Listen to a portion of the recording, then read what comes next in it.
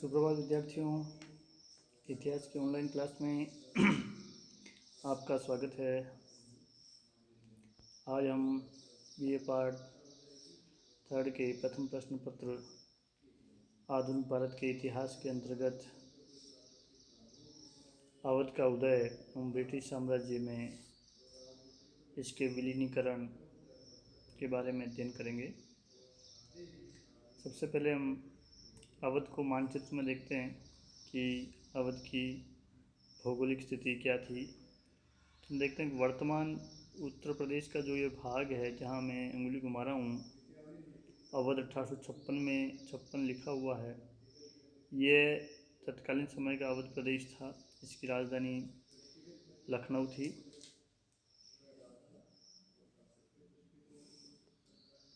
अवध के प्रारंभिक इतिहास के बारे में हम नज़र डालें तो अवध के स्वतंत्र राज्य का संस्थापक सादत खां था। सैयद बंधुओं के विरुद्ध षड्यंत्र में भाग लेने के कारण मुगल सम्राट मोहम्मद शाह ने उसे बुरहानुल मुल्क की उपाधि दी, तो इसका पूरा नाम हो गया सादत खां बुरहानुल मुल्क।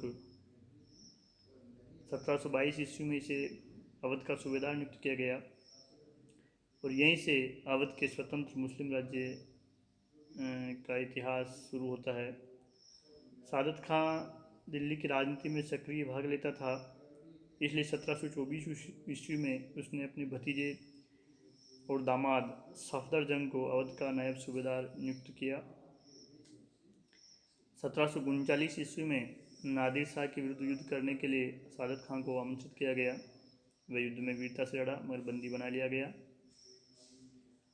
उसने नादिर शाह को दिल्ली पर आक्रमण करने के लिए उकसाया कि दिल्ली पर अधिकार करने के बाद उसे 20 करोड़ रुपए की धनराशि प्राप्त हो सकती है। मगर जब नादिर शाह को आशानुरूप धन प्राप्त नहीं हुआ तो यातना के डर से 1739 ईस्वी में सादत खां ने जहर खा करके आत्महत्या कर ली। उसका उत्तराधिकारी सफदरजंग था। 1748 ईस्वी में सम्राट मोहम्मद शाह ने सफदरजंग को अपना वजीर भी नियुक्त किया। तभी से अवध के नवाब जो है नवाब वजीर कहलाने लगे। सफदरजंग का उत्तराधिकारी सुजाउद्दौला था। इसका तोफ खाना भारत में उसमें काफ़ी शक्तिशाली माना जाता था। इसने पानीपत के तीसरे युद्ध में मराठों के खिलाफ अहमद शाह अब्दाली का साथ दिया। ये था अवध का प्रारंभिक इतिहास मोटा मोटा, ताकि हम थोड़ा अवध के बारे में परिचय प्राप्त कर सकें। अब देखते हैं बक्सर का युद्ध और अवध। बक्सर का युद्ध 22 अक्टूबर 1764 ईस्वी में हुआ था। एक पक्ष में अंग्रेज़ थे, दूसरे पक्ष में बंगाल का अपदस्थ नवाब मीर कासिम, अवध का नवाब सुजाउद्दौला और मुगल सम्राट शाह आलम द्वितीय था। हेक्टर मुनरो ने इस बक्सर के युद्ध में अंग्रेजी सेना का नेतृत्व किया। यह क्वेश्चन अक्सर पूछा जाता है कि बक्सर के युद्ध में अंग्रेजी सेना का नेतृत्व किसने किया। हेक्टर मुनरो अंग्रेज सेना का सेनापति था। 8000 के करीब उसके पास सेना थी। उसने अपने से कई गुना बड़ी अवध, बंगाल और मुगल शासकों की सेना को, मुगल शासक की सेना को उसने पराजित किया। बक्सर का युद्ध वास्तव में भारतीय इतिहास में मील का पत्थर है। इससे अंग्रेज़ों को भारत में अपने राज्य की जड़ें जमाने का मौका मिला। अब न केवल बंगाल उनके पास था, अवध का नवाब उनसे पराजित हो चुका था और मुगल सम्राट शाह आलम भी उनके कदमों में था। इस अवध बक्सर के युद्ध में अवध के नवाब सुजाउद्दौला ने बंगाल के अपदस्थ नवाब मीर कासिम का साथ दिया, पराजित हुआ। अंग्रेज चाहते तो उसी समय अवध को अंग्रेज साम्राज्य में मिला सकते थे, उन्होंने ऐसा नहीं किया। अवध के साथ संधि करने के लिए क्लाइव को लंदन से भेजा गया। क्लाइव ने भारत आते ही अवध के साथ 1765 ईस्वी में इलाहाबाद की संधि की। इस संधि के अनुसार कड़ा व इलाहाबाद के ज़िले अवध से ले लिए गए। इसके अलावा अवध के नवाब ने अंग्रेज़ों को अवध में निःशुल्क व्यापार करने की अनुमति भी दी तथा लखनऊ में नवाब के खर्चे पर एक अंग्रेजी सेना भी रखने को वह सहमत हो गया। इस संधि से अवध एक प्रकार से अंग्रेज़ों का आश्रित राज्य बन गया। इसके बाद गवर्नर वेरेलस्ट ने 1768 ईस्वी में नवाब शुजा-उद-दौला को पुनः एक संधि करने के लिए बाध्य किया, जो 1768 की संधि कहलाती है। इस संधि के द्वारा उसने नवाब को अपनी सेना 35,000 तक ही सीमित रखने के लिए बाध्य किया। 1773 ईस्वी में अवध के साथ पुनः एक संधि की गई, जो बनारस की संधि कहलाती है। गवर्नर जनरल वारेन हेस्टिंग्स ने इस संधि द्वारा कड़ा और इलाहाबाद के जिले थे वो अवध को वापस सौंप दिए और इनके बदले में अवध से 50 लाख रुपए प्राप्त किए। शुजा-उद-दौला ने अपनी राजधानी में एक अंग्रेज रेजिडेंट रखना भी स्वीकार किया। 1768 की संधि रद्द करके अवध को अपनी सेना बढ़ाने का अधिकार इस संधि के द्वारा दिया गया। अंग्रेजों ने यह भी वादा किया कि अवध यदि रुहेलखंड पर आक्रमण करता है तो अंग्रेज सेना उसकी सहायता के लिए तैयार रहेगी, मगर सेना का खर्च नवाब को देना होगा। इसके बाद के साथ 1775 ईस्वी में वारेन हेस्टिंग ने नई संधि की, जो फैजाबाद की संधि कहलाती है। इस संधि के द्वारा नवाब को बनारस की जमींदारी त्यागने और 6 लाख रुपए वार्षिक कर देने के लिए बाध्य किया गया। उसके बाद कार्नवालिस जब 1786 से 1793 ईस्वी तक भारत का गवर्नर जनरल रहा था, उस दौरान उसने अवध के नवाब से जो बकाया धन था वो 74 लाख रुपए तक पहुंच गया था। उसने उसे घटा करके 50 लाख रुपए कर दिया। साथ ही उसने अंग्रेज रेजिडेंट को अवध के आंतरिक मामलों में हस्तक्षेप न करने का आदेश दिया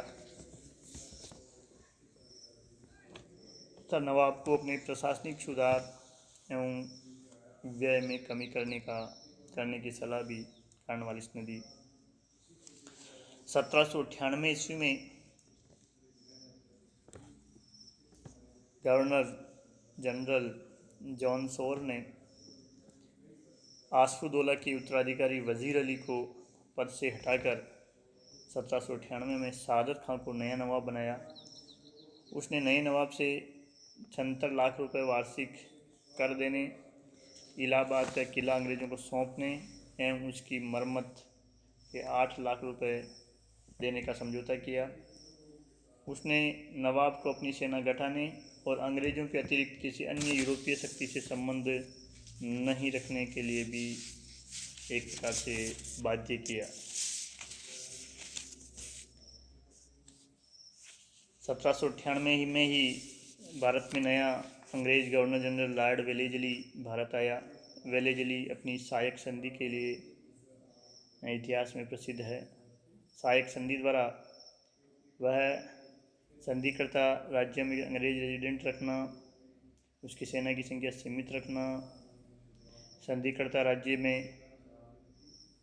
एक अंग्रेज सेना रखना, उसके व्यय के लिए संधिकर्ता राज्य को खर्च देना, अंग्रेज़ों के अतिरिक्त अन्य किसी यूरोपीय को नौकरी नहीं देना इत्यादि शर्तें सहायक संधि के अंतर्गत थी, जिससे भारतीय राज्य एक प्रकार से अंग्रेज़ों के आश्रित राज्य बन गए।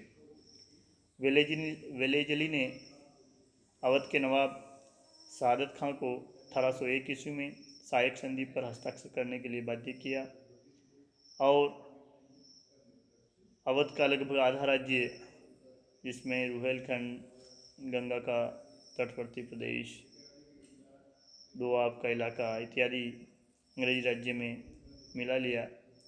अवध के पास केवल नाम मात्र के सैनिक छोड़ दिए गए। अब अवध अपनी आंतरिक शांति एवं बाह्य सुरक्षा के लिए भी अंग्रेजों पर निर्भर हो गया। 1760-65 ईस्वी के आसपास जिस अवध का तोपखाना भारत में सर्वश्रेष्ठ था, 1800 यानी आने वाले 35-40 वर्ष में ही वह अपनी आंतरिक सुरक्षा के लिए भी अंग्रेजों पर निर्भर हो गया, ईस्ट इंडिया कंपनी पर निर्भर हो गया। ये थे अंग्रेजी हस्तक्षेप के दुष्परिणाम। लॉर्ड हेस्टिंग्स ने 1815 ईस्वी में अवध के नवाब से नेपाल युद्ध के व्यय के रूप में 1.5 करोड़ रुपए वसूल किए। इसके बदले में उसने नवाब को बादशाह की उपाधि धारण करने की अनुमति दी। लॉर्ड विलियम बेंटिक ने भी नवाब को शासन में सुधार करने की चेतावनी दी। 1837 में गवर्नर जनरल लॉर्ड ऑकलैंड ने नवाब को एक नई संधि पर हस्ताक्षर करने के लिए बाध्य किया, जिसके अनुसार नवाब की छोटी सी निजी सेना भी भंग कर दी गई और अवध में अव्यवस्था एवं कुप्रशासन होने पर कंपनी को उसके आंतरिक मामलों में हस्तक्षेप करने का अधिकार स्वीकार किया गया। इस संधि के तहत 1847 ईस्वी में लॉर्ड हेस्टिंग्स ने अवध के नवाब को शासन में सुधार करने के लिए कहा। साथ ही उसने यह धमकी भी दी कि यदि शासन में सुधार नहीं किया जाता है तो अवध का अंग्रेजी राज्य में विलय कर दिया जाएगा। लॉर्ड डलहौजी और अवध का विलय 1848 ईस्वी में साम्राज्यवादी governor general Lord Dalhousie Bharat में गवर्नर जनरल के रूप में नियुक्त हुआ और 1847 के अंत में अवध का नवाब वाजिद अली शाह गद्दी पर बैठा। डलहौजी ने अपनी नियुक्ति के तुरंत बाद अवध को किस प्रकार अंग्रेजी राज्य में विलय किया जाए, इसके लिए योजना बनाना शुरू कर दिया। अपनी इसी योजना के तहत उसने 1848 में कर्नल स्लीमैन को अवध का रेजिडेंट बनाकर भेजा और उसे अवध में व्यवस्था स्थापित करने का आदेश देने के साथ ही अवध के प्रशासन पर एक रिपोर्ट देने के लिए कहा गया। कर्नल स्लीमैन ने अवध में कुशासन की एक विस्तृत रिपोर्ट बना करके गवर्नर जनरल के पास भेजी, मगर फिर भी उसने ये तर्क दिया कि अवध का विलय नहीं किया जाना चाहिए, इसके स्थान पर अवध के प्रशासन का ज़्यादा से ज़्यादा कार्य अंग्रेजों द्वारा ही चलाया जाए। स्लीमैन कहता था कि हमें अपना नाम बड़ा प्रिय है और ये जो नाम है अंग्रेज़ों की न्यायप्रियता वाला, ये हमें दर्जनों अवधों से भी अधिक मूल्यवान है हमारे लिए। हमें इस नाम पर दब्बा नहीं लगाना चाहिए। मगर स्लीमैन की राय से डलहौजी सहमत नहीं हुआ। वह तो ये इनके किसी भी प्रकार से अवध का विलय चाह रहा था।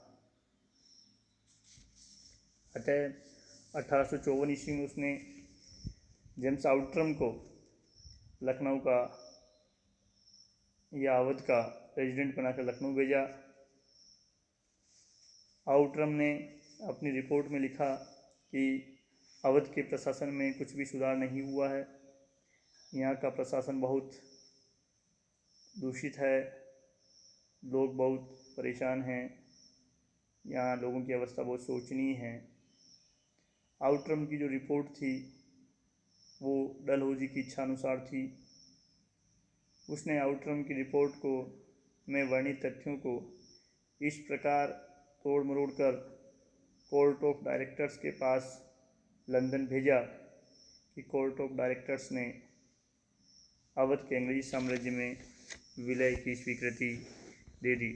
Court of directors East India company के एक प्रकार से हम कहें शासन चलाने वाले लोग थे जो लंदन से शासन चलाते थे।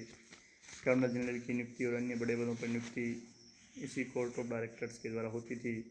Court of directors court of proprietors के द्वारा नियुक्त किए जाते थे, जिन्होंने कि ईस्ट इंडिया कंपनी में अपनी पूंजी लगा रखी थी।